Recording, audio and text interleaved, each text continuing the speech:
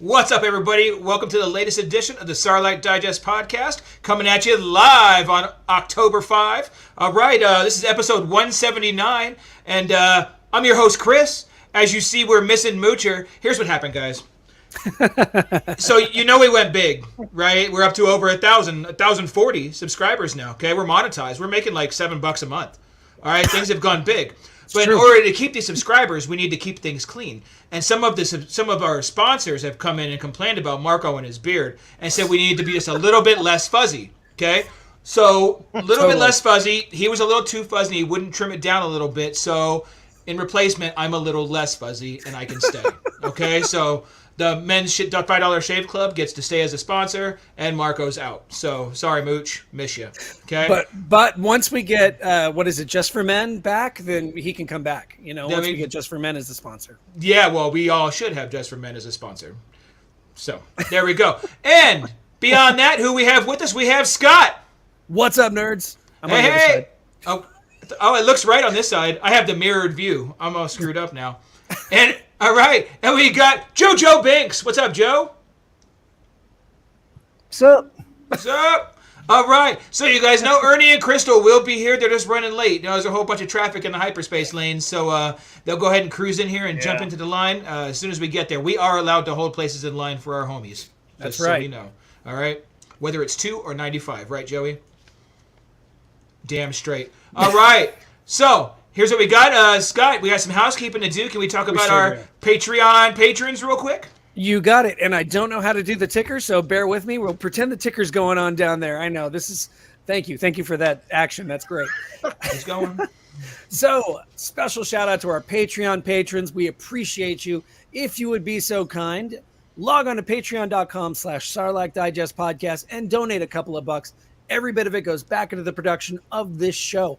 Also, we now have super chats available. So if you like what you're hearing during the run of the show, drop us a couple of dollars. We'll give you a shout out, and we really appreciate it because, again, it all goes back into the show, into the production of the show. We need to buy ourselves a new Darth Moocher so I don't have to do all this. So with that, I want to give a special shout out to Nicholas Schaefer, Ryan and the Star Joes, Cliff, Don and Brady of the Escape Pod podcast on the Red 5 Network, Flavy Davy, formerly of the Nerds with Attitude podcast, and winner of one of our backpacks. I'm seeing him, I believe, tomorrow to give that to him. Don the Dad Dorn, Justin the Vanilla Thunder, Mervine, Gavin Connor of the Holy Hour All Cure podcast, choking on my own spit, Crystal Lamphere, AJ from the Forbidden Panel, and good old-fashioned fanboy Mike. So thanks, everybody. That seemed like a really long list. Yep. Thanks, all. We appreciate every single one of you. Yeah, you're dandy. I want to give a special shout out also to Mando Mike, who was our very first super chat patron too last week. Mando Mike donated. We appreciate you, Mando Mike. You're a good dude. You're okay, I guess. You're all right. I'll take away like 2 of the things I said about you yesterday. All right. So, and who we got in the pit? We've got Gordon. We've got Skyrider, Bootleg Joe, he's down there too. Santo1414, Miss Sunflower, Papa Schmitty. I'm in there. You don't need to know that. Mando Mike, Toy Renzu's in there. He hasn't been around for a while. That's awesome. We've got Gavin Connor in there. Let's see. And Matt Logic 44. What's up, everybody? What's up? And I know Toy Renzu and Gordon had to bounce because they haven't watched it. Why are we not watching these at midnight? Right. I'll tell you why I can't watch this one at midnight anymore. We'll get into that in a minute. But this show is not made for a midnight watch at all. Hey, I can't do it. Rick Jones just popped in. Hey, Rick Jones. You know what? Hey. Before we get started with the main conversation, you guys want to pick a new winner for the? We want to do that up front. Backpack? Yeah. All right. So here's what's going on, guys. Our last person we had a winner come through with their comments and website visit. Well, the person, one of the winners, has not communicated back. We've given them some time, some emails, and a time frame, which was today, right? Yep. So time's up, sucker. Now it's time for somebody else to get the bag. All right. So who's getting your sack, Scott? Well, let me pull that up really quick. And all right, here we go. So we have got Tommy from the 1313 podcast, William Scott Crawford, Batu Bay, Gavin Connor, Isaac Escalera, Backyard TARDIS, and the Commander Academy. That's Brandon Epler. Now, a quick reminder, this was the one where you had to comment on episode 177 in order to be considered to win. So here we go, guys. We're going to draw a brand new wiener. We're going to draw a brand new wiener. And here we go. We're spinning. So exciting. Spin, spin, spin. Oh. Brandon Epler, the Commander Academy, has won. All right, Brandon Epler. Congratulations. Congrats. That is awesome. Congratulations, Brandon. Reach out to me on our social media, man. I know we're pals online, so reach out to me. I'll get your address again. We'll get that out to you. Might be a couple of weeks because I'm leaving, but it will definitely get to you. We'll get you your sack as soon as we can. Coolest kid in school. That's You're not right. kidding. These are pretty dope ass bags. So bring that. Sacks and wieners hashtag there, Mando Mike. Thank you. So And we've got, and Scott Winters. He received the very first backpack and did a unveiling on the Sarlacc Digest Central webpage, what is it, Facebook our page? group, Yeah, that thing, So he was pretty happy with it. And, if you guys happen to find that video, you might have something very similar to it inside the backpack you get. yes, it's a happy sack. All It is a right. happy sack. So now to jump into the main topics of the day. Yes, Actually, yes. did you get a picture of the Tales of the Jedi by chance? You mean this one right here? There we go. Let's talk about this first. Before we get into Andor, this dropped this new character poster of Tales of the Jedi. So we just wanted to share it because we didn't really share it on social today, right? But this is a pretty cool view, right? I love the Clone Wars animation art, right, and the Rebels animation art, and how it keeps evolving over time and how it gets a little different. But I love this, and the characters you can see in here. And Yaddle, obviously, we talked about that leak a couple months ago, right? About Yaddle. This is obviously going to be true in here. Is that Bail up top there? Yes, it is. Yeah. It's Bail Organa on the top. It looks like Bell on top. Yeah, and then Qui-Gon's right below him, to his left. Bail at that point in time is going to be interesting, right? I didn't think about Bail being involved in this at all, so that's kind of a cool nod there because Dooku's quite young, so showing kind of how Bail's been a part of this government for a while. That's pretty neat. Well, it's not really in order. It's not everybody you're on right. that side is part of that story because you've also got Captain Rex, you've got young Ahsoka over there too. No, you're right. Damn. And down there, I forget the Jedi's name, but down there at the bottom, right next to, right below young Ahsoka, is the Jedi that was dead in Obi-Wan that was frozen in amber, isn't it? Just lost his name. Their name. I just lost it. But either way, Terra Sanube. There you go, Terra Sanube. Master Sanube. Yeah, that's it. So you're right. That's not in the right order. Well, darn. Well, either way, bailing either one of them is fine, I guess. Oh, yeah. But the Yaddle fight, I'm looking forward to the Yaddle fight. But just wanted to share this cool art piece. I think it is really well done. That center piece of the saber coming up is sharp. Dooku wasn't a... you can go ahead and kill it now. Thanks. Sure, no problem. Thanks. Dooku wasn't really a huge favorite. I don't think of many of us, right, for a while. But in the canon, Dooku's become one of my favorites, right? The books and everything. Clone Wars in the books for me saved Dooku because I love Christopher Lee. I think he's a great actor. He's one of the greats of all time, right? But yeah, for me, his Count Dooku he still was dealing with those words that George put out there and George's direction. So, but for the Clone Wars cartoon and the novels and all that, absolutely fantastic. Yeah, totally fair there too. What was it? Dark Disciple and the Dooku audio play were really the two that really brought him out. And the Dooku audio play, well, actually both of them really well, but the Dooku audio book really just changed that character for me, and he's top tier now. Yeah. Joey, he's a Sith and a dark side guy. Where are you stand on Dooku anyway? I love his story because even though he's a dark side, he's from the dark side. His story doesn't make you feel like he's completely a bad guy. Like it's almost like he was in his mind he was doing the right thing, even though through the Jedi, through a Jedi following the Jedi code, he's looked at as someone that's pursuing his own interests, whatever. But he's in his head, he's actually thinking he's doing the righteous thing, like the righteous, right, like he's in the right. Yeah. No villain thinks that they're truly the villain of their story. Yeah. But I mean, no, there's some that are like, yeah, I want you to know I'm a villain. he's like more like I'm trying to save the Jedi Order, but it's like straight up he's just trying to destroy it without. Yeah, You know what I mean? It's like he's trying to he's bringing it down, but in his head he's trying to fix it. yeah, they're And doing the wrong especially thing. the way he lays the Right? seeds that. Yeah, especially the way he lays the seeds that Qui-Gon Jinn was in on it with him, and it's like that's the part that really reeled me in. Yeah, the movie actually, I was kind of like not into it with him, but after watching Clone Wars and hearing you reveal the books and stuff that about him, he's an interesting character. And Matt he's got Logic 44 an interesting story. Matt Yeah, Logic for sure. 44 says in some ways he's on the same side as the rebellion. Absolutely. That's The separatists kind of are, right? Yeah. The separatists become the rebellion almost when it comes down to it, and they're right the whole time.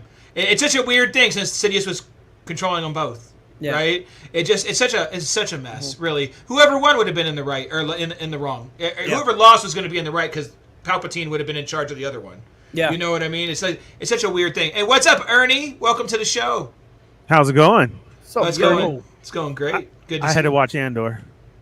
Oh, right on. That makes total sense then. Yeah.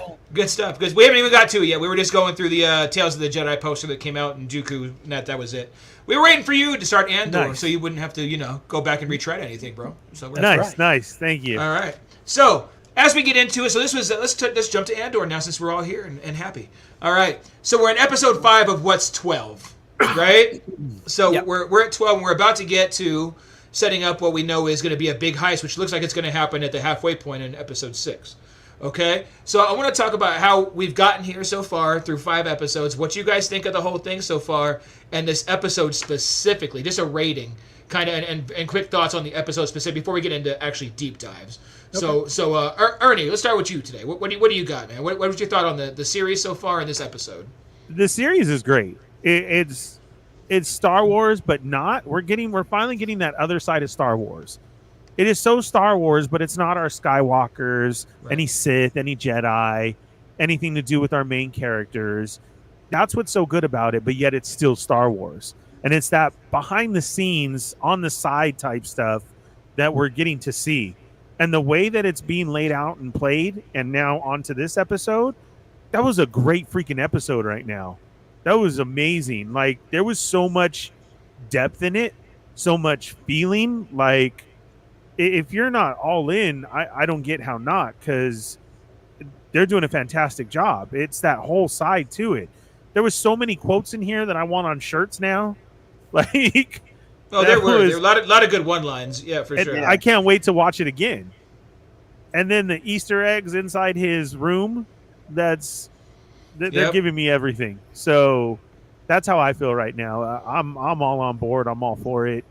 I thought this was a fantastic episode.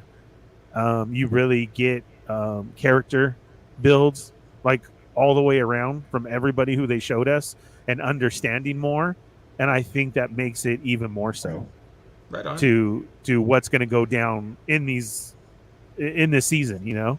Kind of get everybody right to the point where you're either caring about them or not liking them Correct. right before the big stuff happens. Yeah. Okay. Yeah. I didn't think that we were going to get to know the crew like this. Mm-hmm.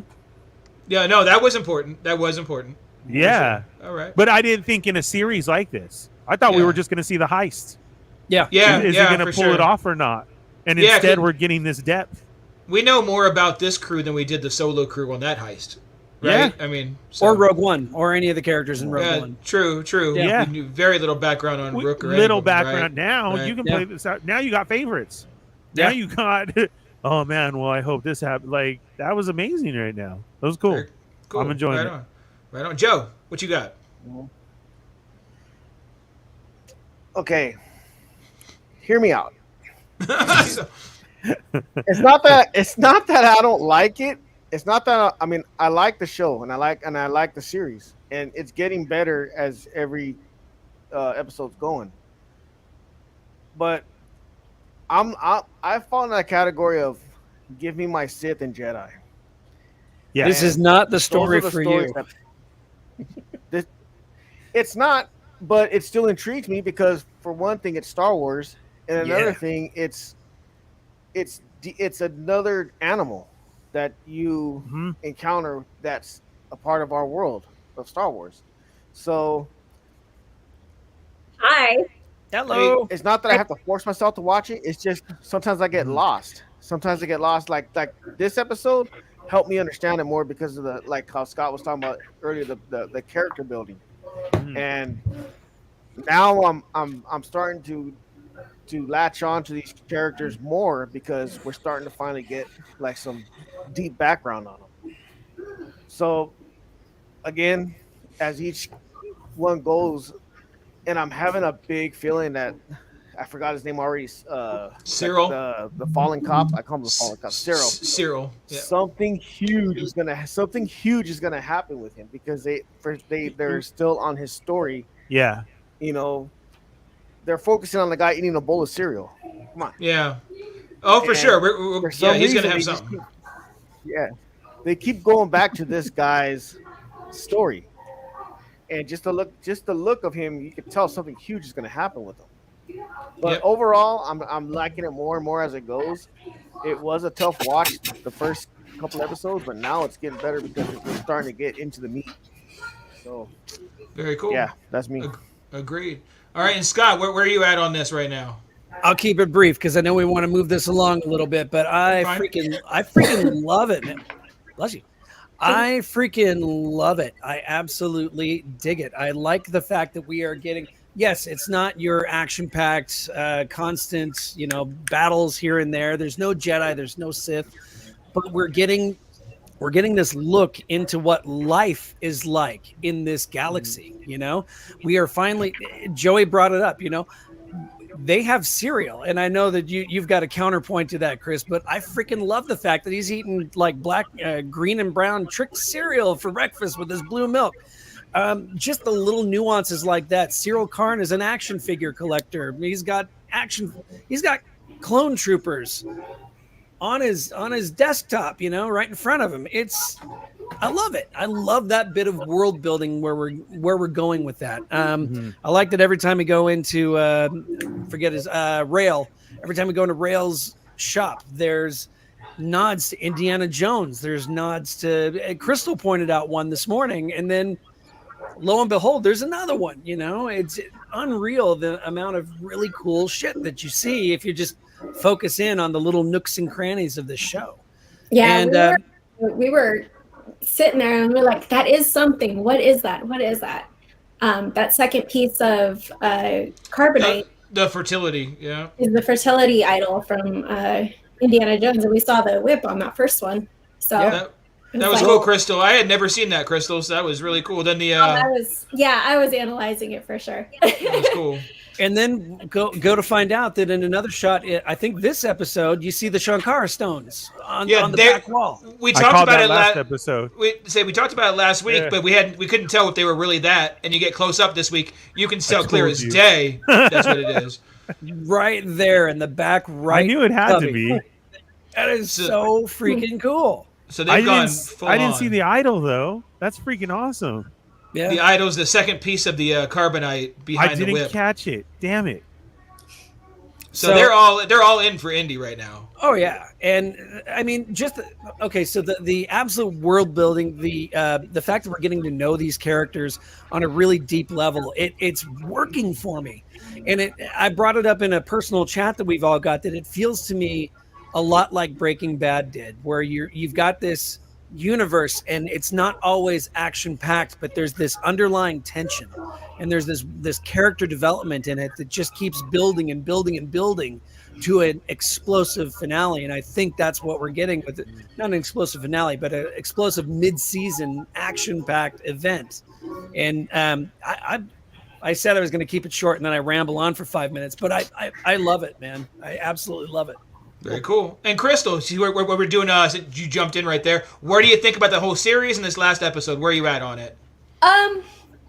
The series honestly has kind of been dragging a little bit for me. It's been hard to keep my attention on it.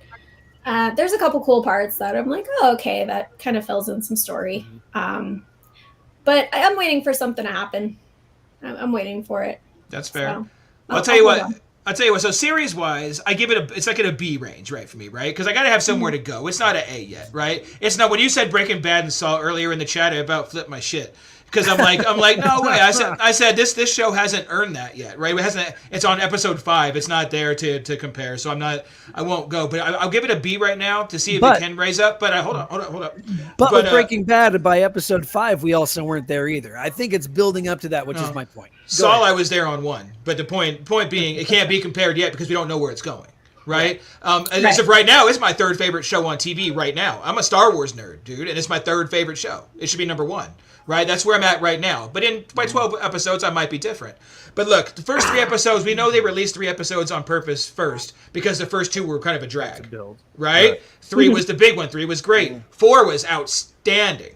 5, there was a lot of stuff going on and a lot of cut scenes and just cuts. Right? There were so many scenes. I was talking to you beforehand. I took a lot of notes, and I usually have some notes written down, but really I was just changing how many times they switch scenes. I'm like, Jesus Christ. I'm all Imperial base, crew, Imperial base, Mon and hubby, crew, Cyril, Skeen. I'm like, God, there's 40 different scenes in this show. It was a lot going on. It felt like they were getting ready for the big one next week, right? So it's cool, but it was like they just had to jam-pack all this character stuff you're talking about when we've had 4 episodes to do it. They could have done a lot of this stuff already. I suppose my big problem with the episode, and I have to get over it, is 2 things, really. I'm an Imperial guy like Joe is a Sith guy, right? We could have had a lot more Imperial presence in this one. It was like a flash of ISB, a flash of the dude on Phoenix, and a flash of Cyril to get ripped by his mom, and he's not even really Imperial. So I want a little bit more Imperial during the height of the Empire. Okay? You had Aldani, too. You had a lot going on Aldani. Yeah, but a TIE fighter. And most time you saw an Imperial, it was the good guy. You know what I mean? That second that the TIE fighter kind of swooped in, I thought something was going to go down. Like maybe, I'm like, okay, here it is. It's coming. And then he kind of just flew away. And that's all we really saw of it. Yeah. So that was it. There was a lot of... You're right. But there was a lot of cool stuff in the episode. It was great. But they're telling you, what I was saying earlier is, this is not a midnight premiere watch for me. No. I got it, because what I do is, I'm watching it and I'm falling asleep because it's not grabbing me the way something else would. Right? So I think I'm better off watching it at 6 a.m. when I'm awake. Right? Mm-hmm. And watching it then and getting my whole thing in, I can judge it better. Because my first glance, I was grumpy old man when I watched it. I'm all, fuck this thing, man. There's my 1. Damn, that was a waste, right? It was. That you wasted really it bad. That was really a waste. But I'm done for the day. But I can't do that. So I'm going to wait till 6 from now on and have a brighter view on it, because unless it's exciting and jam-packed with something to keep me awake at midnight to 1 o'clock, I'm not going to love it the first time. And that's a drag. Joe. I will say this, even though that TIE fighter flyby wasn't, it didn't attack, it was just something real simple. It was still one of the most coolest things I've ever seen in a series. I mean, when do we ever get a TIE fighter fly to someone that close and where you see the water and everything just go with They're the all holding their ears because it's so loud. Yeah. Yes. I always have mine loud. Freaking bad. It was so good. I agree with you. I thought... I know we'll get to it when it was, and then I get what you're saying, Crystal, and everything, but still, to me, that was kind of menacing, because I saw it fly by, and then the way that they said, no, it's coming back, and then it was over the ridge. It was almost that monster effect, and then how it just swooped in next to him. I just love that sound, and so I had it so loud, and when it did, and it flew over, and then Corinne was even like, "What a dick!" and I'm like, "Right, Empire." This is great. Yeah, and I think that same kind of thing about, that is cool. But then it comes down to it, it's just 1 tie. Damn, and he just did a flyby. The whole thing. Do something, in Mando we got a speeder bike, then all of a sudden there were 12 speeder bikes going down a cliff and falling into each other, and it was a chase. I didn't need a chase necessarily, right? I mean, they didn't get caught, it's fine. I don't need that every time, but it just felt like there was a lot of scenes to do a lot of nothing. But then when you look at it again after my 3rd watch for the notes, I'm like, okay, there's a lot going on. There is. Yeah. We got Scott Winters on Facebook saying you can't have an amazing building without a solid foundation, and Andor will be very impressive building once it's done. I agree. Yeah. I agree. But that's why I started a B, right? Because if I give you an A or an A+ right now, where am I going to go? Right? And all of a sudden it drops. I'm like, I guess not. You get a B until you show me something. We're only not even quite halfway through yet. Let's earn this. You know, Yeah. and that's where we're at. It's beautiful. It's a beautiful show. Well acted. The plots and everything seem to be flowing, except for. Okay, let's do this real quick. Let's just go into the show. Okay, let's start with Cyril and his mom. Cyril and his mom. Let's talk about her. What the hell is with her? Right? This lady is messed up. This is like that mom that is just like so hard on her kids, and you got to be a doctor, you got to be a lawyer, you got to do. That's what she's like. What are your prospects, dude? But if he was a doctor or a lawyer, he wouldn't be the right kind of doctor or lawyer for her. You know, you're a podiatrist. What the hell? I raised you better. Why couldn't you be a brain surgeon? Yeah. Oh man, Uncle Harlow would have got you set up, homie. And that Matt Logic brought up a question. Who do we think Uncle Harlow is? Do we think Uncle Harlow is somebody we've met? Do you think he's somebody big? My thought is the dude on the transport that was talking about you never know who you're next to, who you're talking to. I like that, dude. I'll take that. That's the only guess I got, besides some brand new character. Yeah. Because I looked up Harlow, and there's nothing in any kind of Star Wars Harlow, right? Yeah. So it's nothing we've seen before. It's a brand new character. I dig the old man. Yeah.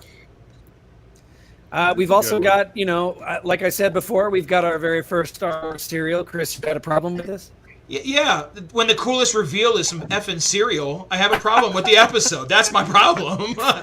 I said the only time I got up and went, oh shit, look at that. It was when they poured cereal. I'm like, that was it. It's like Cocoa Puffs and blue milk. That's awesome. Yeah, that's what I thought too. But Cocoa Puffs. They're like mint flavored Cocoa Puffs. I think that's what Mando Mike and I were talking about earlier. Dude, I love it. I'm in. That's destroying my stomach looking at it.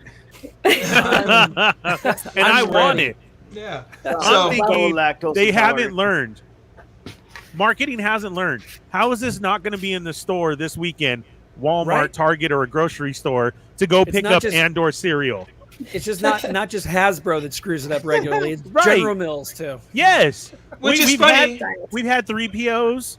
Yep. We've had wasn't there even R2s at once too? Everything. And now Everybody's been on a box of something. That's what I'm saying. We should be able to go this weekend and pick up our box of Andor and rewatch the episode. I swear to God, like, how are you 100%. not doing that? Because you're right, Chris. That's what I thought too. That was Cocoa Puffs And it would And be then, yeah, so with- easy for them to make because they with already the have green everything. swirl. Just Yeah, make And then have a little figure of mom that comes out and you push her and it goes, get a job. that was your prize inside. Yeah, that's what I'm saying. So either you could get the mom or the Right. spoons inside. That's Faces what on- you're getting. Faces on the box.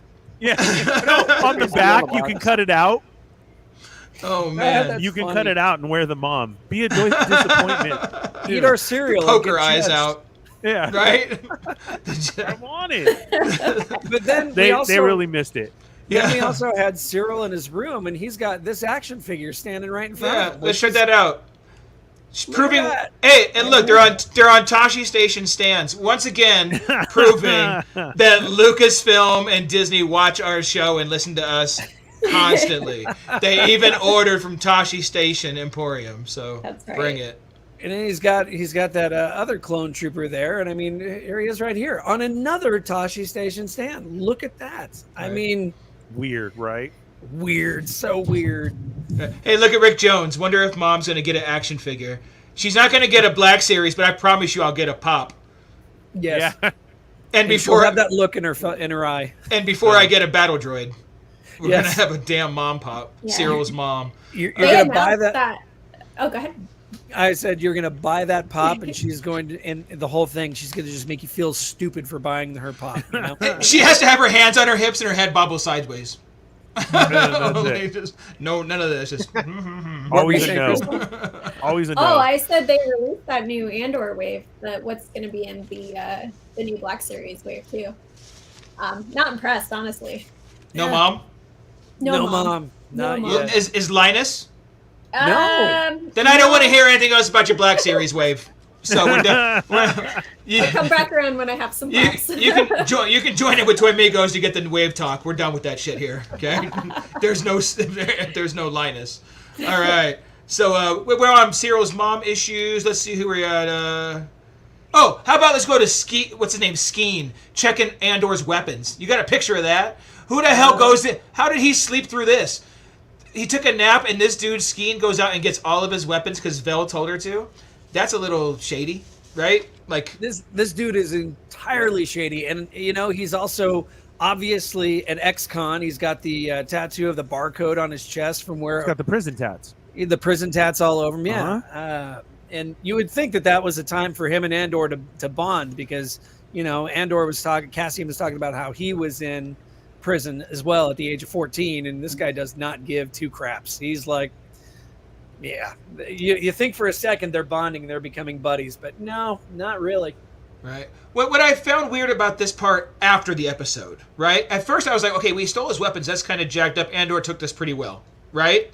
Later on, there are 2 instances where somebody touches his things or somebody touches him and he about loses his mind, right? Wouldn't you have thought? Yes, right here. Don't touch me. I'm gonna he's really mad. I liked it though. If you want me to do something, tell me. I like that. I like the whole the dialogue in this show is fantastic, right?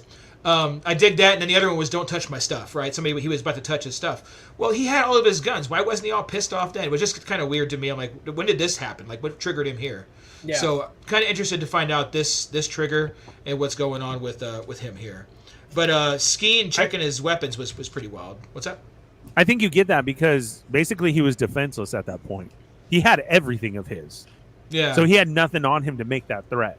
These True. other ones, when he does, he's got his stuff on him. He's always got his blaster. He's got something to it. Here, he was totally defenseless. He didn't know it. He was asleep and everything. And Homeboy did the prison move and checked him out. Like, you are not who you say you are. He's known from the beginning, right? Oh, let's stay with that. Yeah, you're right. He called him out by the end, right? Yes, absolutely. And so that it was. I love that they showed the prison tats. Wasn't that dope? That was dope. Everything there, and then showing, like your different signets. It's just like, I know some people hate when it goes real world like that, because there are such things as prison tats, and where they can look at each other and know, oh, you've been at Pelican. Oh, you've been here, and that's exactly what that was. So it was a showing. Then you can tell that it was a test when he was asking him the questions about the serving time, right? Yeah. It's that whole, oh, were you on cell block F? Yeah, I was. No, you weren't. There was no cell block F. Like Con Air type stuff, really, exactly. Right? He's like, I did 6 years over there. He's all, right. I never heard of you. Right. Yeah. So that was cool. Matt Logic says the "Don't touch my stuff" was more about the Kyber. I don't think that is the same scene. The Kyber thing came later. Yeah, there was 2. So it was the "Don't touch me" was the guy when he was trying to straighten him up, right. And then the "Don't touch my stuff" was the same guy was moving that case. He said it was in the way in the middle. Yeah, and then he attacked him. Don't you touch my stuff. Yeah. The Kyber was later. The Kyber was near the end before they went off on their deal. Yeah. I see a lot of people also saying online a lot about the real world AK-47 thing, and it is definitely there. I mean, it's obviously an AK-47 designed after an AK-47 with slight modifications, but so is Han Solo's blaster too.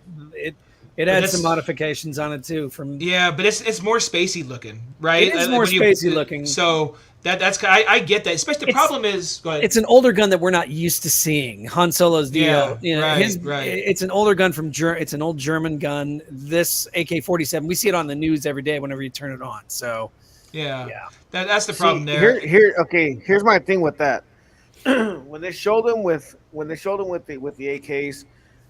That didn't really bug me because these guys, they're insurgents. So they would have, third world type weaponry, which a lot of third world countries use AK-47s. So even though, it's real worldly. Now, it would bug me more if I saw these type of guns being used like somewhere in Clone Wars, where you got actual military. Or the Empire using them would have been a problem. Yeah, right. If they were using them, then it would be like, no, that don't go together. But these type of guns fit these characters because that makes sense. They're, I mean, that's the way. That's what they can get. That's why I don't have a problem with it. Or they would have rigged them up together to make them look different. It would just happen to look like that. I get that. I get that. You know what? I guess part of my problem with kind of the rebel folks in general, or the good guys, is they do kind of look earthly a lot. The hoodies kill me sometimes, right? When I see a hoodie, I'm like, that's a legit like hoodie. There was a kid the other day wearing like a Nike hoodie. It seemed like on one of the episodes, and I'm like, wow, that's like, I can get that at the Gap. Get this out of here. So that bothers me when it's that and a gun like that. Sometimes shit doesn't bother me, but those kind of do for a minute. Then I pulled myself right back with this show. I'm letting a lot of things like that slide because it doesn't really matter. But that those two things are pretty earthly. All right. Let's see. What was the next part we got on there? Prison task we talked about, right? So I do like the fact that we're kind of going through the crew. Like you're talking about the little mouse kid. I forget his name, right? But like that dude drinks the juice, right? Yeah. This guy is all in. And I dig. He's my favorite of the bunch. Yes. He is all about the rebellion, all about his freedom, like here in this scene.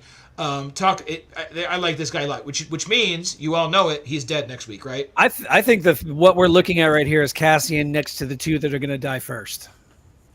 For sure. Yeah, for sure that kid. I think so. Yeah, for sure that kid. He's toast. He'll be a martyr to the cause. Now you don't think that his whole crew can die like they do in Rogue One, right? Like he's not just gonna be like the Suicide Squad guy. I don't think so. But I could totally see the kid. I forget his name. His name escapes me right now. I could see Cyril or something like that, or no. Cyril is the girl, the wannabe imp. Oh, gotcha. This guy right here, though, the kid right here, I could see him dying and his death leading to Cassian actually jumping in both feet first. Drinking the juice, as you say, taking this kid's place as kind of like the true believer. Yeah. Oh, for sure.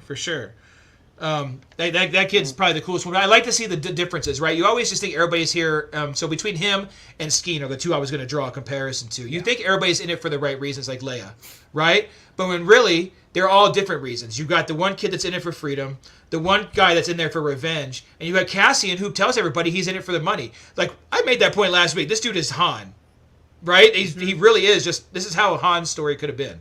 Is what we're getting here with Cassian.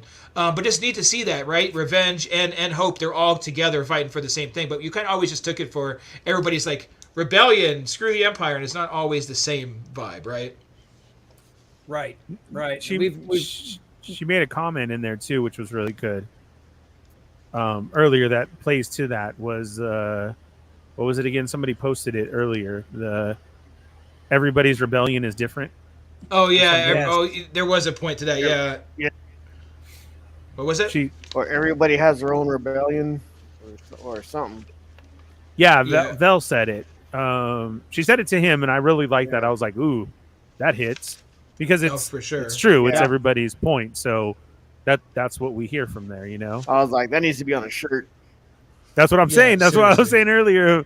This episode had so many quotes that I want on a shirt. Right. Yeah. That was one of them. I can barely trust you. I like that when Skeen's talking to the kid. I like that one a lot. All right, cool. So let's see. Okay, how about this? How about the planning session? These guys have been here for months. They made a point when they went out to the Imperial base talking to the mouse kid, right? He said, "Oh, it's just like the model." He's like, "Well, I've been out here for months. Look, I've had time to do it." This fool had months, like something like 5 months out here to design this base, to do all this stuff and make a model to plan. But yet they haven't figured out the weight and stuff to actually get the heist done the day before this is going on. Like they're cramming for the exam. Like this is kind of ridiculous, right? Like this plot point is really weird. What you guys take on that?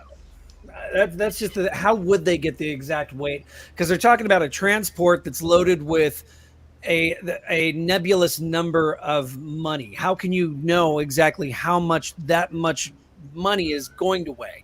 How would you know that? I mean, you could estimate and that's the thing. Nobody estimated whenever they asked the question, Cassian asked the question. Nobody had just an estimated answer either. But no, they asked him how to do it, and he's like, "You don't know." It's like he's gonna know. There was a way. After 5 months, there's a way. That's my problem. You're doing all this planning, all this stuff, building a model, a life-size model of this base, right out in the valley. But yet, the one thing, the most important thing, is how to get this thing off the track. And that's what they hadn't figured out. So I'm guessing this is, I guess, my one problem with the show so far. And it's kind of with Star Wars in general, probably. There's always one goofy plot piece, right? this is a goofy plot piece to me, is 5 months. Now what I would rather hear is, look, we've tried 20 different ways. We've done this. We've done that. It's just not working. We're just afraid. Can you help us double check to make sure? And then he finds a flaw. Fine. But, hey, guy we don't really even trust. How do you do this? We have to do this tomorrow. It's kind of a bullshit move. See, and to me, it played into that's why they needed him. That's why it was okay for him to come along. Especially when he told her he was a pilot, you know? Yeah. He can pilot, he can do this and that. It probably clicked in her head. Good, because we have no idea what we're doing on that part. That's a good point right there. He came in and they're leading the way, right? They have made clear that Vela's the boss and she's about to give command to the other guy. But all of a sudden, he just says, nope, guess what? You don't know me? I'm in charge, fool, and I'm your pilot. Okay. And they just let it go. And it's like, that's it? You guys are the free... And I get, again, the rebellion is young. Things are different. These guys may not all be leaders, all of that, but it's just so weird. And I get the point about him needing him, but guess what? They didn't call for him. He called for them because he was in trouble because he killed 2 people, right? Had he not killed those 2 guys and needed to sell that thing for money to get out, they never would have... Rail wasn't going to call him. What were they going to do without him? I think that whole plot point was to just give him a little value to the team of something that he can do, something that he can, that's true too. Give to them. So that he's not just there like, well, here's my hands, like use them as you may, That's fair too. But I kind of got that point from the march. I actually did like the marching scene. The march was great, especially Andor's reaction to it. Yeah, because he was actually, when you watch it, and I didn't know where they were going to go with it. He is marching like a soldier. He is marching like an imp, and he was an imp for a couple months. We decided, right, 6 months, or he was trained and in the field for 6 months. So we know he has been an Imperial grunt at some point. He looks it. He plays the part here, and then when he gives his input, like you were saying right there about the left-handed, and let's put him on the out. Yeah, the kid's name is Karis. Yeah, there you go. That was fantastic, and the way he knew everybody's right-handed, left-handed favors this, but shoots this, really smart there. And I think I got that point, like you were saying, Crystal, what his strength would be. I think I got it there, and I could have got it from something like that. I just think it was a weird point. That's all. It played out well. I mean, it showed how much he does know, right? Oh, yeah. Of being the stranger to the group. He's already been studying everybody. He calls it all out immediately in just a couple days that he's been there. And it is, I think that's what's so important as part of playing to the part is these guys have been there for months, and they are that small ragtag group of Luthen did need him because maybe he knew it was going to fail. And with Andor there, this is a possibility now because those guys don't know. I mean, he calls everybody on their stuff, either from right hand to left hand to you're scared, you want to leave, then just fess up and do it. And he's calling it out. They don't know that he's been the trooper before. Right. So, hey, do you know how to march? Yeah. He's still playing that undercover role. And I think we really can hear it when he calls out and he says, tells the truth. I'm doing it for money, right? And I loved it because it's like that scene from Meet the Millers where he's like, oh, everybody else was like, you're getting paid? I didn't know, didn't know that. I was here for a cause. And, at that point, he was cocky enough, right? Because he had seen they needed him. He's like, you know what? Screw this. I'm not looking over my shoulder anymore. I'm not hiding anything. I'm getting paid. Do you want me or not? I'll leave.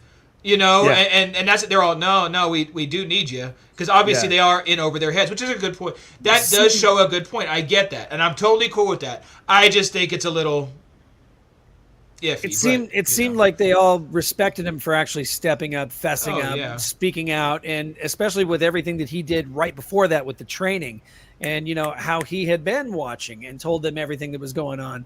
And then to say, I don't have to be here. But I'm here. So I like that. I like that a lot. Cool. I think there might be in the future episodes, maybe one of the guys has more of a power trip and tries to, step in front, not knowing what he's doing. At least this is where I feel like the story is going. And, Andor has to save his butt because he tries to be that main guy. I think maybe the Imperial guy, maybe Gross or Grunt, whatever the hell the guy's name is. The lieutenant? Yeah, Lieutenant something. I'm doing my best to track down names. Yeah, I can't remember their names. But I could see that guy totally being the one that kind of the other ones are following him now. right? Yeah. The ones that are at camp are following him. The lieutenant that's off at the base doesn't know. I mean, he knows what's going on and wasn't happy about it and still going through his stuff. So this is going to screw with him when he sees them following him. So Yeah, that could for be sure. it. Oh shit, he could turn the whole thing right around and screw with them because of this, right? That could be their chance at failure is that. I mean, I don't know if he would lead them into failure, but he would definitely try to overcompensate and screw up, I feel. Oh yeah. So by trying to make himself better, screw the whole thing Right. up. Right, Totally get it. Totally get Yeah. it. Lieutenant Might be. Supervisor Blevin? Is that No, him? it's Gurn. Gurn. There we go. Gurn. Gurn. Okay. Yeah. We'll get these names eventually. Well, right before they die. Right. Right. So, no, that's part of I'm the spending too much time of my life with Ring of Power and House of the Dragon names to deal with Andor names. I can't do it. So I just know the guys, and I know they'll be with me for the rest of my life. So I'll learn them later. That's all I can be. Yeah. A part of that too, I wasn't a big fan of was how easily they switch. Like, oh yeah, you're okay. Oh, now you're not okay. Yeah, now you are okay. It just the smallest thing flips them completely the opposite direction, and I feel exactly. So he's cool with them. He's okay. Now he's holding a knife to his throat. So I don't know. I feel like these guys can't be trusted. I feel like they're all gonna screw something up. I don't know. What do you guys think? Yeah, they're all new to this, right? So go ahead. I think they're all going to screw up. I think they're that new. I think you're absolutely right. They don't know. I think Andor is the most experienced one here. Yeah. And that's what I meant about the character building and the depth of everybody, because we're learning their reasons of why they're there slowly, right? This one showed a lot. He was able to say, I'm getting paid. They were surprised. Nobody fought that answer like, well, I want money too. Instead, this guy comes with his apology and telling about his brother. My brother had committed suicide. That's more than enough for him. That's the only reason why he's there. So I see them, they're all on this level of that's their own revenge, like you said. Right. This is all just revenge to them. When to Andor, this is a mission. That's what's going on. Because then we also learn about the lieutenant. I don't think he will mess up because they killed his love.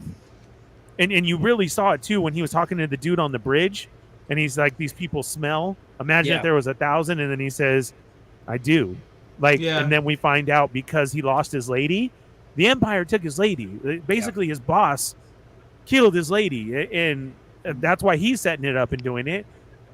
I think he's dead. I think he's going to take a hit for something. And I think it's going to be the other way around of he's going to make it known, haha, I'm the one who told them how to do this all.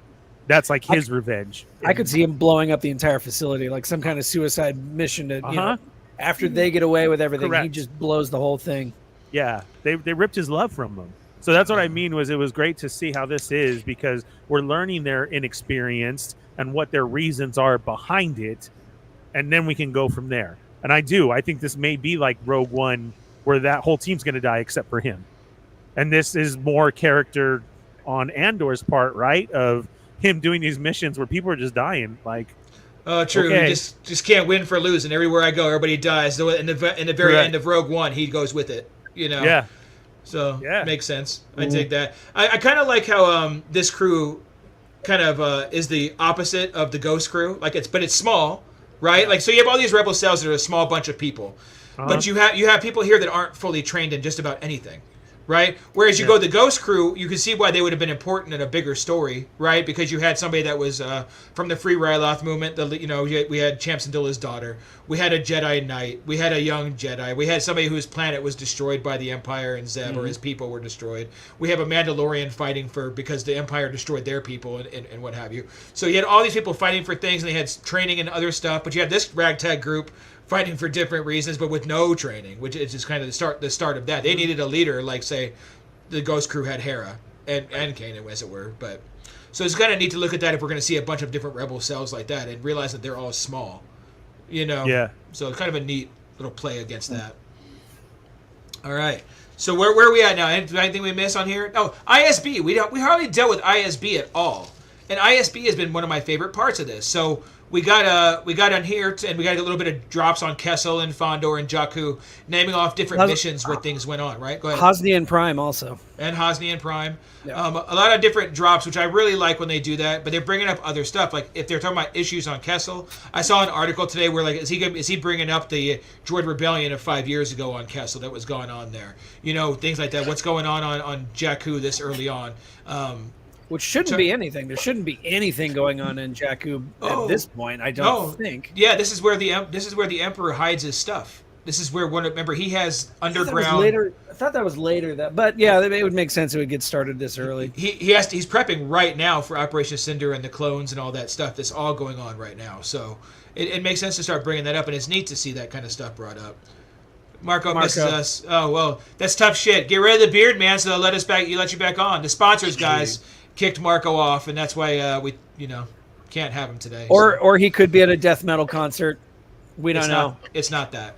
It's not Marco with his social life going outdoors. What the hell is up with him lately? What the hell? I know, right? Like twice now, right? Has anybody checked on him? I know, seriously. Nope. His His priorities are way off. He came down and visited me today at work, so it was very nice. He that was his goodbye. In sunlight. Yeah, that was right. it. Yeah, he's really switched it from going out once every 2 years to now twice already in the same year. Yeah. Really need to check on him, dude. In a month's time, it's ridiculous. It's like within 3 weeks. So yeah, he's got to spur up his ass right now. Miss Sunflower hashtag less fuzzy Marco. Yes, he can come back when he's less fuzzy. So. Hashtag welfare check. Yeah, we're getting a lot of Somebody's that. got to do something. Not the normal. Not my welfare fault check. that Marco isn't there tonight. Thanks, Gordon. What's up, Gordon? Darth Moocher in his own rebellion era. Yes, that's it. Yeah. So go ahead. Like you said, Chris, there was a lot of cutscenes in this one, right? Too many things going on. Too many. Right. My biggest thing that I took from that scene with her, what pills is she popping, and why? What was the whole thing? Did you? Right? I did. She did the I did. I'm like, what is she taking? like something's wrong, and then that was a real pill pop. So what's her deal? Oh, I can't wait to hear that. I hope they never deal with that like in a real way, right? Like they deal with it like you can see spice dealers and death sticks and stuff like that, but never like dealing with it. You actually saw a dude flicking his death stick over the side of the dam whenever the lieutenant came up to him to question him about what was going I didn't catch that. He was smoking. Yeah, he flicked it. You just saw him flick real quick. I didn't catch that. That's funny. But she was. I'm like, out of everything that was going down in that scene, that's what I noticed. I dig that they're collar, a little weird, and she popped some pills. I dig it with a serious issue. It'd be cool. Yeah, no, I took it as like she had so much going on. She's tired. She has a headache. Whatever. She's like, let me pop these pills so I can continue working on this. She's like House popping Vicodins, just popping. Yeah. Hey, one character we haven't talked about that we really should is Mon Mothma, real quick. And her family dynamic. That was crazy. Right? See again why I liked it. Yeah. And here, okay. Well, I want to hear your guys' take on the family dynamic. I think I have a little different take here. Okay. Amazingly enough, look at me having a jackass take on this jackass and his daughter. I personally think that they view her as selfish and that she's not there for the family because she is always working. But what they don't realize is that she's putting all of her heart and her soul into taking down what she's working for and neglecting them. But they don't see it because they're not on the inside. They don't know what it is that she's really trying to do. And I can honestly say I don't think they would give a damn. They look so butthurt at this point that I don't think they would care. Well, okay, there you go. Because like the daughter's like, you're just going to pretend to be involved. You're just trying to show off. This has obviously been a pattern on that side too. The husband's obviously a douche, right? Like obviously, but this could also be from years of screw you. You got things going on, right? Yeah. The daughter is obviously, can I just go with dad? I don't want to go with you. I don't even have an early class. I was just going to go to McDonald's with Dad. I don't want to go get a McGriddle with you. Screw you. What's the deal? It's a really messed up situation right there. And some of it, is probably Mon Mothma's fault. Because then you get into it and you start thinking, well, you know what? And Leia and Han were the same way. Leia was the same way in books, right? That's why Ben had such issues as a kid. We've talked about that, right? He had an absentee dad and who's out doing his racing and fun stuff, and the mom's too built into her politics. That's where Mon Mothma is, too busy for her family. And then it comes into, is it all worth it? right? So Yeah, this whole scene. Number one, I still want to slap that dude across the face every time I see him. He is so obnoxious. He's terrible. But yeah, just this whole thing. I could honestly see them being the ones that turn her in to make her leave the Senate and join the rebellion wholeheartedly. When she goes running in Rebels, maybe it's because they turned her in. Yeah, right. When there's the price on her head. I think the husband is stupid enough to do that. For sure. I think so too. Oh, I think the daughter. Yeah? I think the that daughter. would be I think such the a daughter. knife in the back. That would suck so bad. Yeah, I think so. I think the way she said about the dad and then just changing her plans right there and I think the daughter hates her more than the stud. The husband is beat down. That look is half jackass and half I'm just tired of this fucking fight. Oh damn, I got 2 today. Sorry. You use mine. You're such a giver, Ernie. All right, you get one of mine. Next time I don't use one, you can have it. Okay. Thank you. All right. It just There goes our weird, Manscaped sponsor. it's a weird dynamic there, and I like digging into that too. So he has snitch all over him. Yes, he does, Matt. Yeah. I don't know. So- I took it as that dude. What? That daughter was just so. I'm like, you know what? Start your day over. Go to your room. Think about what you just said right now. Yeah. And come back, and let's try this again. What bothered me about that whole scene was just the way she was talking to her, the way she was talking to Mon Mothma, and he's just sitting there like not even saying a word. And I mean, because if it was either one of my daughters talking to Desiree like that, Right? oh, dude, He's teary feeding and it. wrath is coming out. He was. He's feeding it. He's behind the just sit scenes. back and He's enjoy it. feeding it. You love Desiree. That's why you would do that. He doesn't. Yeah. He's to the point where he's through with this. He's done with this marriage. I have to think Chandrillan custom is to arrange marriages. It has to be. There's no way. I can't. I guess you could see where they were in love at one point, but their ideas seem so different. I couldn't see it. It feels like this is since they're both in politics, he's at least a governor, right? Something I heard the first time we met him. I think she said fellow governors when she introduced everybody or brought it, whatever He they looks were, like a senators. straight up housewife, dude. Yes, exactly. Yeah, maybe, but He looks like a he's- straight housewife. You would think he'd just shut up and take it then if he was getting that lavish lifestyle, but I think he's in politics, and I think that's why their families, like, maybe I'm watching the other shows too much too, but maybe their families had to be strengthened by putting them together. Chandrillan, because that's when she bought the gift. She told Rael, right? She's all Chandrillan custom. I have to blah blah blah. Not because I love him, Chandrillan custom. And I'm taking it back. Yeah, and I'm taking it back. Screw Chandrillan custom. Yeah. So. No, I don't know if he's a politician or if he's just. I don't get that feeling. I don't get that vibe at all. Maybe it's because we haven't seen him in that role yet. We've only seen him as the needy, whiny husband. I don't know, man. I don't know.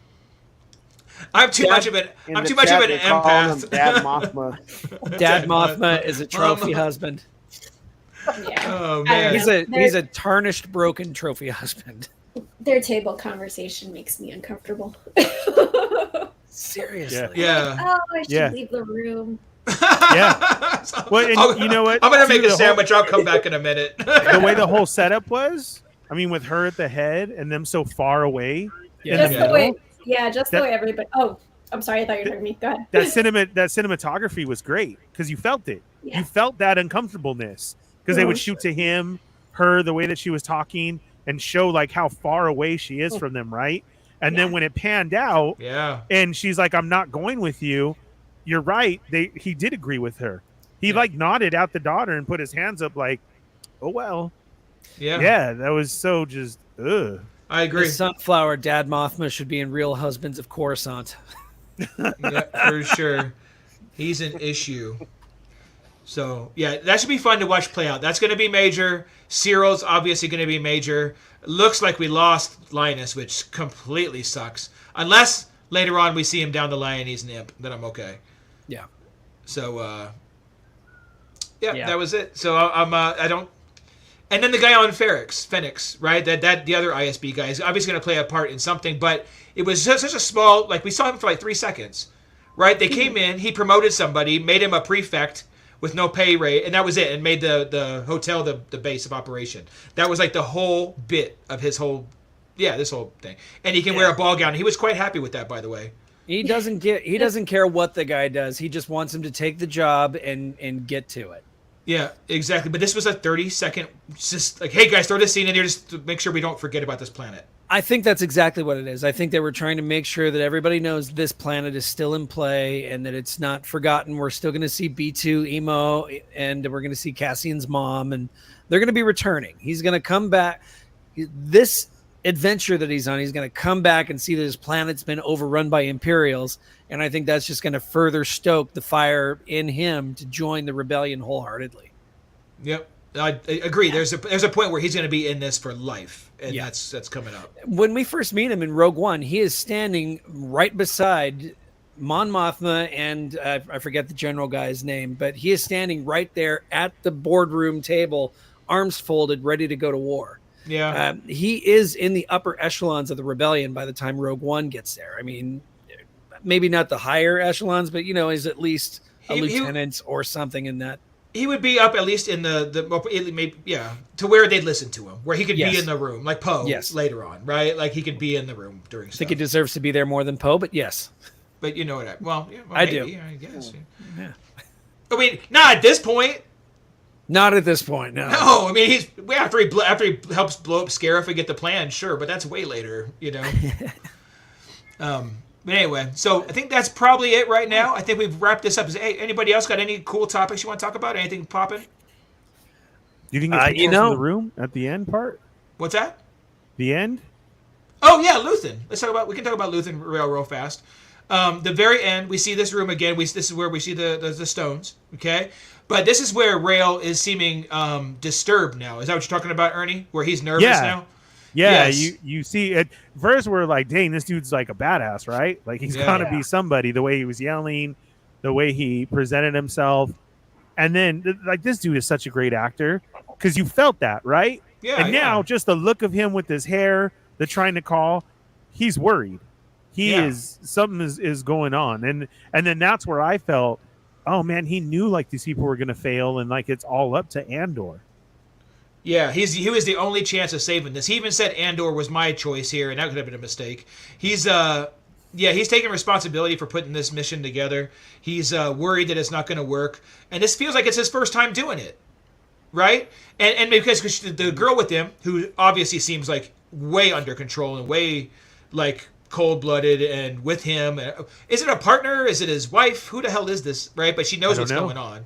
Right. I know, but right there in that scene, she almost seems like she's the one that's really in charge. Yeah.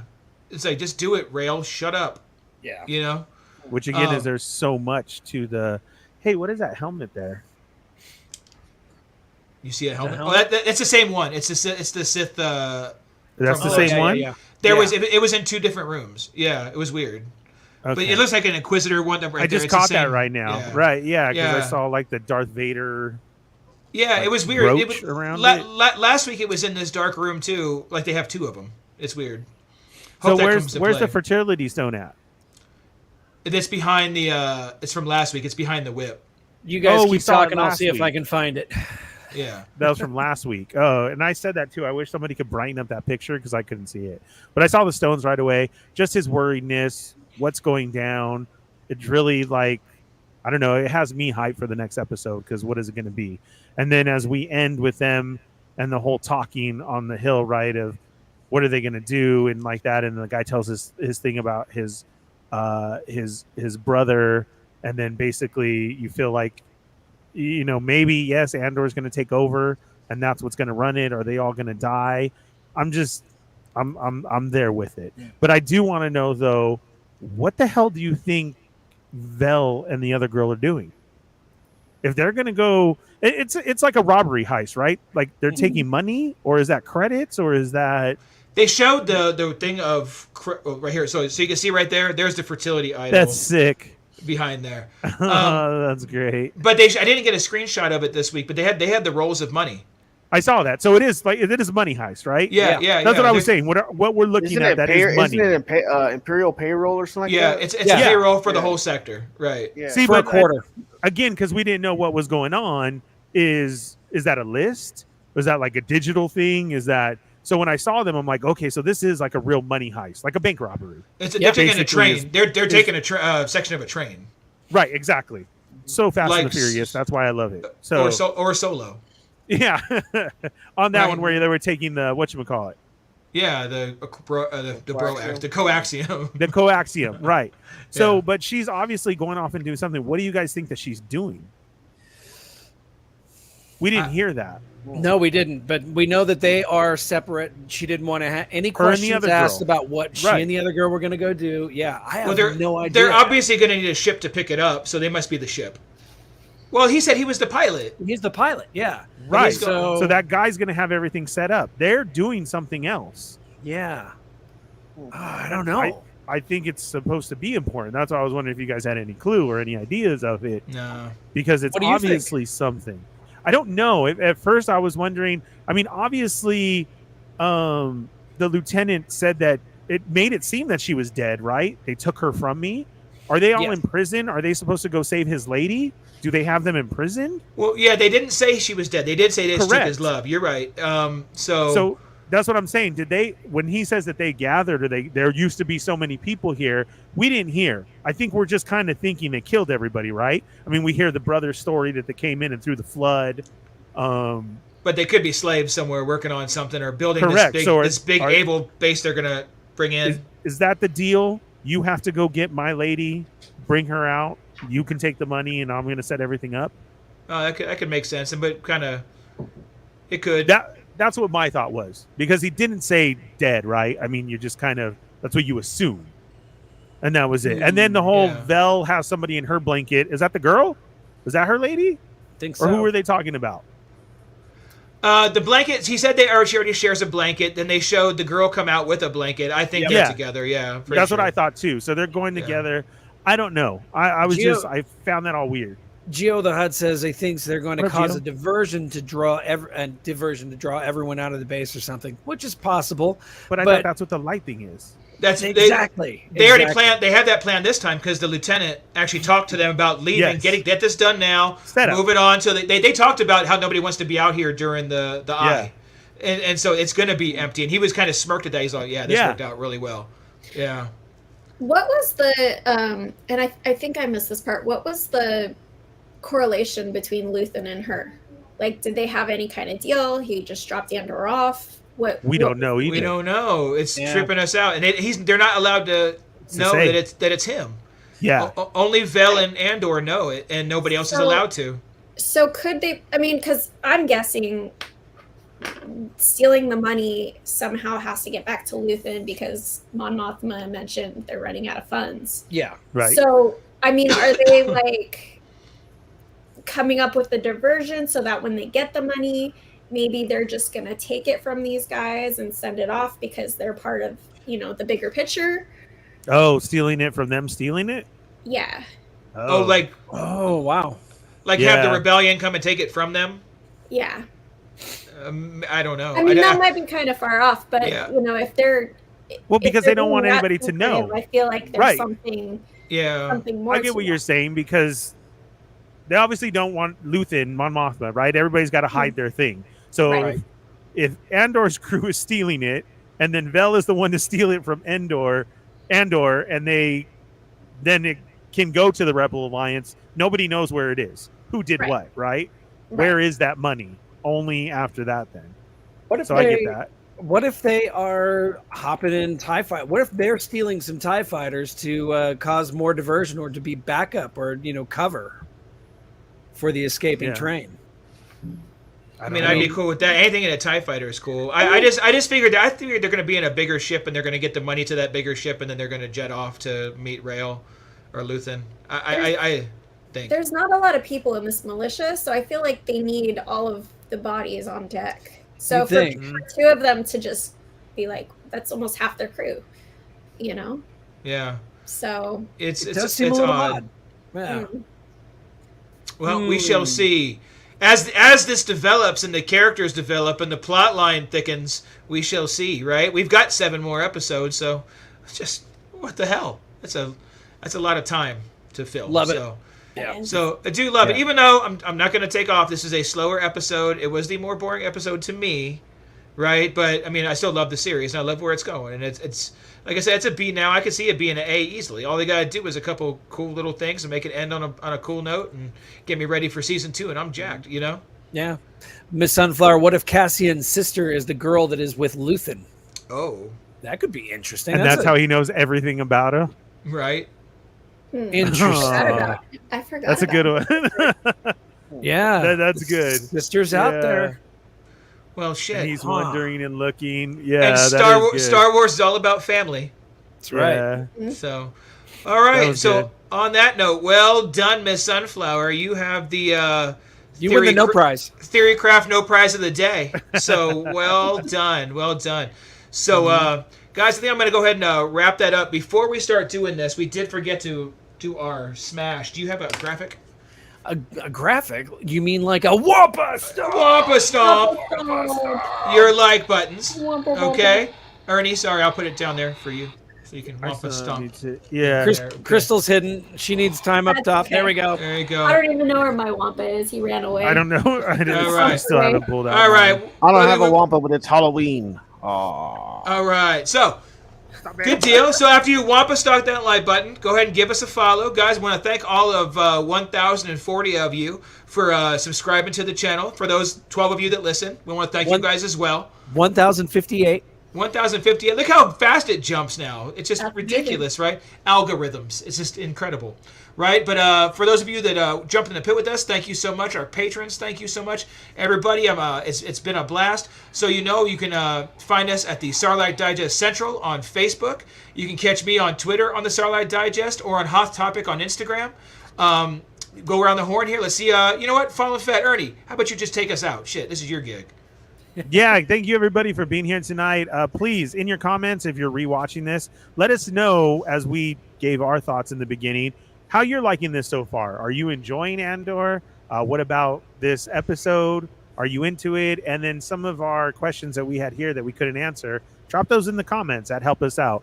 And then hit that thumbs up, hit the subscribe button if you're new here. And we'll see you next week. But be sure and check us on all of our social media. TikTok with all our 1-minute toy reviews, Twitter, where you can catch Chris over there, Facebook with our Starlight Digest Central for 24/7 Star Wars talk, and Instagram, and we're everywhere. Then come back on here on YouTube and check out all of our past episodes. We got Hot Topics on here. We got Moocher Mondays. And then don't forget, right there, Scott's holding it up, our sponsor, Tashi Station Emporium. Go there now and use the code word Starlight Digest and receive 10% off of your order. So you can get some great stands, extra ones like that for all your fig needs. If you need some toy stuff, head over to Rogue Toys, get all those figures. You can find all those figures there at Rogue Toys, plus much more. Vintage, new, they got everything over there. So thank you guys for that. Check us on all of our socials here, all around everywhere. We got Rogue Toys, Darth Dad, Bootleg Joe, I'm the Fallen Fett, The Art of Scott Solo, and Darth Moocher. Check us all out, and we'll see you next week. All right. And with that, Scott? Everybody, you keep it nerdy now. Night.